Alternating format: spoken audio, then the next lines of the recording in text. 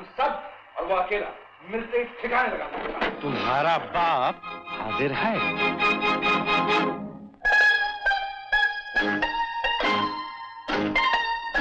पकड़ लो इसे।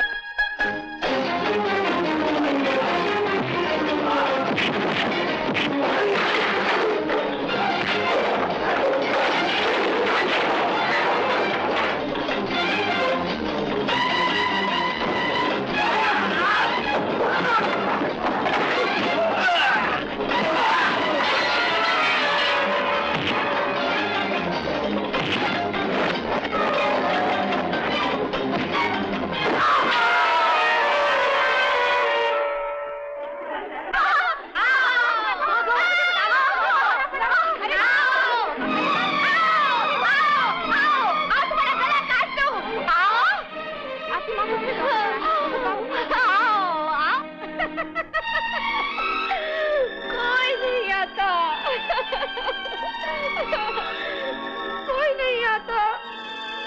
सुन लो, मैं अपनी गर्दन काट लेती हूँ। माँ, तुम्हें किसी की गर्दन काटनी है ना? लो, मेरी गर्दन काट दो। हाँ, तेरा गला काटती हूँ।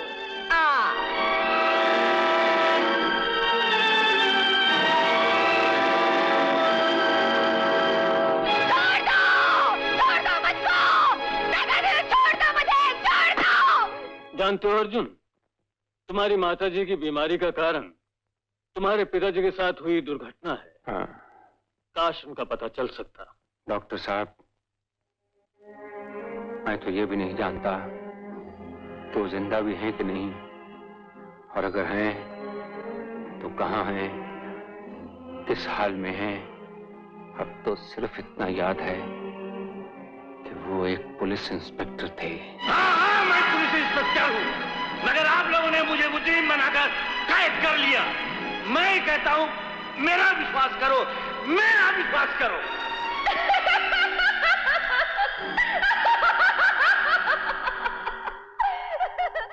उस दिन के बाद से माँ ने कभी होश में बात नहीं की। हमसे हमारा सरकारी क्वार्टर छीन लिया गया। घर से बेघर हो गए हम लोग डॉक्टर साहब। किसी रिश्तेदार ने सहारा नहीं दिया, सर पे हाथ नहीं रखा। डॉक्टर साहब, पिताजी जेल से भाग के ना जाने कौन से अंधकार में खो गए, कुछ पता नहीं चला। उसके बाद मेरे साथ मेरी पागल माँ थी और दर दर की ठोकरें। माँ का इलाज कराने के लिए मैं सड़कों पे बूट पॉलिश करता रहा, पास्कल के अड्डे पे जूठे गिलास धोता रहा। डॉक्टर साहब, फिर अपने आंसू छुपाने और दुनिया को असली रंग में देखने के लिए मैंने आंखों पे काला चश्मा चढ़ा लिया। नंबरी हालात ने मुझे 10 नंबरी बना दिया और मेरी माँ को पागल।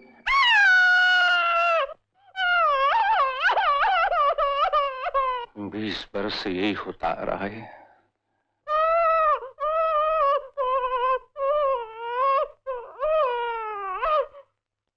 तुम्हारा असली काम है अपने खोए हुए बाप का पता लगाना और अपनी पागल माँ का इलाज करवा के उसको ठीक करना। अगर कोई तुमको जो हो गया मैं तो तुम्हारा लाइफ का मिशन और जिंदगी का सारा काम सब खत्म हो जाएगा। सच तुमको किसी का डर नहीं, मगर बाय गॉड हम बहुत डरता है। मैं बहुत डरता है। अर्जुन, तुमको हमारा कसम है, मैं ये जगह बंद करो। अंकल, शहर के गुंडों को पता चल गया कि अपने बादशाह ने लड़ना छोड़ दिया तो क्या होगा? अल्लाह रखा, तुमको तुम्हारा अल्लाह का कसम है मैन, ये बात हम 3 लोगों में रहेगा, बाहर नहीं जाएगा। मान गए कसम अल्लाह की।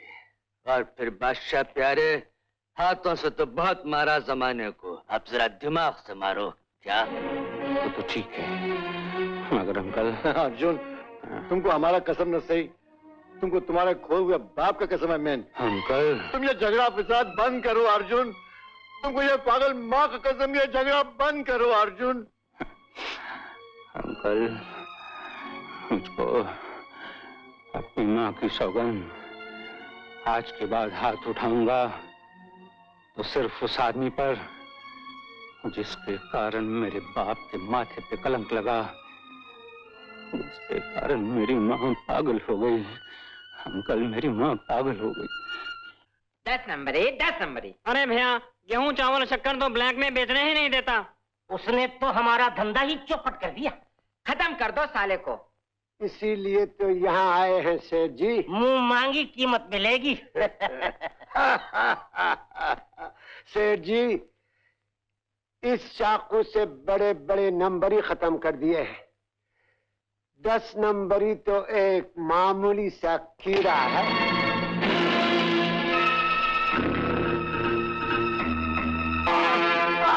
अब मरने से पहले ये सुन लो कि तुम्हारे उस दोस्त के तुम्हारी बीवी के साथ नाजायज ताल्लुकात हैं। नहीं, झूठ, बिल्कुल झूठ।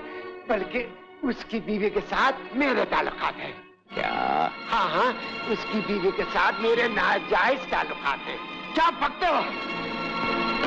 नहीं, तुम्हारी बीवी के साथ मेरे ताल्लुकात हैं। हाँ, तुम्हारी बीवी के साथ मेरे ताल्लुकात हैं। नहीं, तुम्हारी बीवी के साथ मेरे ताल्लुकात हैं। बहुत हो गया बुट्ठो। अब ये बताओ कि मुझे मारने के लिए तुम्हें किसने भेजा? ये हम नहीं बता सकते। नहीं,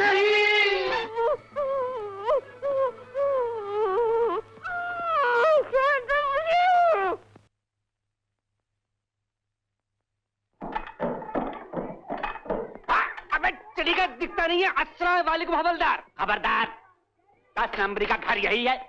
ऐसे पूछ रहे हो जैसे कोई पूछेगा तो बम्बई शहर यही है जो हवलदार। खबरदार हो गया। मैं पूछ रहा हूँ 10 नंबरी का घर यही है। कसम अल्लाह की यही तो है अपने बादशाह सलामत का दीवाने आम। अबे दीवाने आम हो या खरबूजा, मेरा मतलब 10 नंबरी से है। अदब से बात करो हवलदार। बादशाह सलामत को 10 नंबरी कही तो ईमान से तुम्हारा नंबर कट जाएगा। चल बे चटनी के, हवलदार करण सिंह बादशाह को तुर्की दुखी से काट देता। लगता है बम्बई में नए आए हो। लेकिन बम्बई तो पुरानी है। हाँ तो बादशाह सलामत मिल लो, तुम भी पुराने हो जाओगे। लेकिन वो है कहाँ? ऊपर। क्यों? होने वाला दामाद अब भी अपनी कीमत मांग रहा है? पहले तो जिद कर रहा था कि 5000 दोगे तो ब्याह होगा, लेकिन जब मैंने तुम्हारा नाम लिया तो उसे पसीने छूटने लगे। मेरे पांव पर आन पड़ा और कहने लगा मुझे तुम्हारी बेटी के सिवा कुछ नहीं चाहिए। तो फिर चिंता किस लिए? बेटा, हाँ? बाप होना बेटी के हाथ पीले करने। इसकी माँ ने मरते समय कहा था कि विदाई के वक्त इसकी झोली में जरूर कुछ डाल देना, और तुम तो जानते हो मैं 3 साल बीमार रहने। तुम ब्याह की तैयारी करो, काम हो जाएगा। अच्छा बेटा, अच्छा आओ बेटी चलो। नानक दुखिया सब संसार। ये तो मालूम हो गया कि 10 नंबरी तुम हो। ये भी मालूम हो गया कि इस इलाके में तुम नए हो। 10 नंबरी? हाँ? लोग तो अपना नंबर छुपाते हैं, और तुमने ये ठप्पा अपनी छाती पर लगा रखा है। क्यों? इसलिए कि किसी को पूछना न पड़े कि मेरा नाम क्या है, मेरा काम क्या है। समझे हवलदार? खबरदार! इस मोहल्ले में ऊंचा बोलने वाले को गूंगा कर दिया जाता है। बकवास बंद!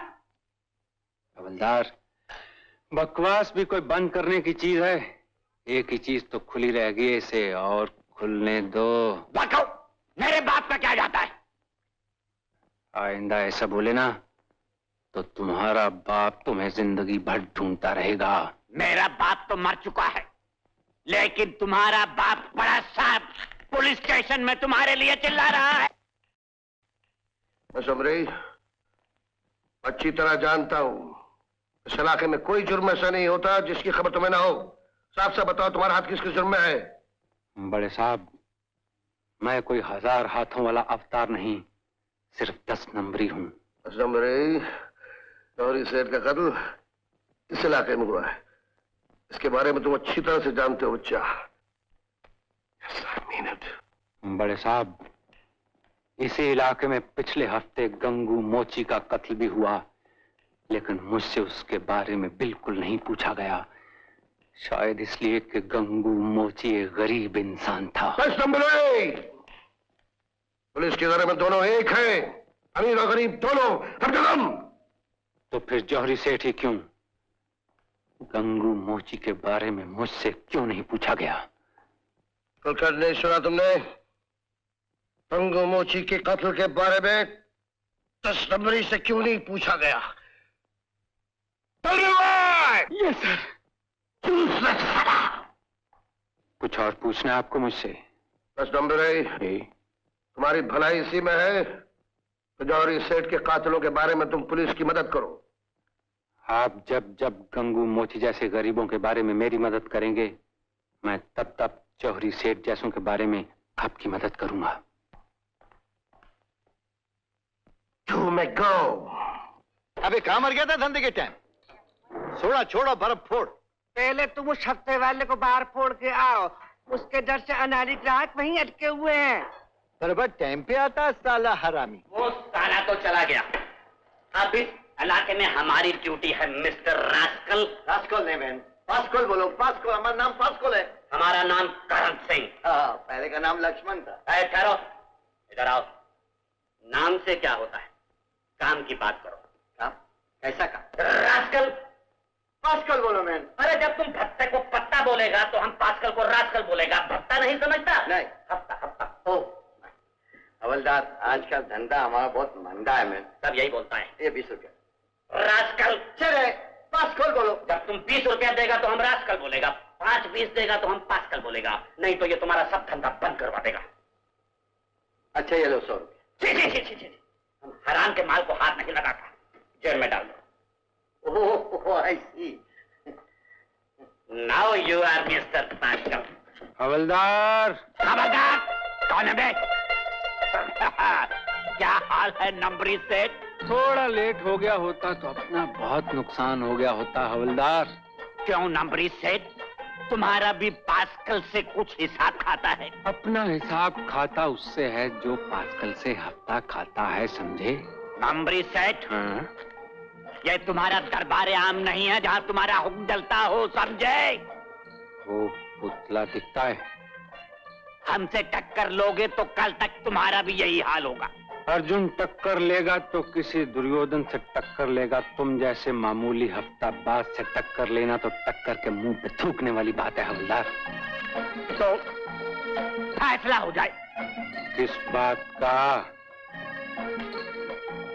दोस्ती के दुश्मनी। तुम क्या चाहते हो? दुश्मनी करके दोनों का नुकसान होगा, दोस्ती करके दोनों का फायदा होगा। तो लाओ मेरे हिस्से के 50 रुपए। वो भी सुन लिया तुमने? तो लो, निकाल लो आधा हिस्सा। हराम के माल को मैं भी हाथ नहीं लगाता। तुम भी? तो चलो फिर किसी तीसरे से बंटवारा हो जाए। नंबरी सेठ, विचार तुम्हारे भी मेरी तरह शुद्ध है। हाँ, बिल्कुल शुद्ध। रिश्वतखोर, भ्रष्टाचार।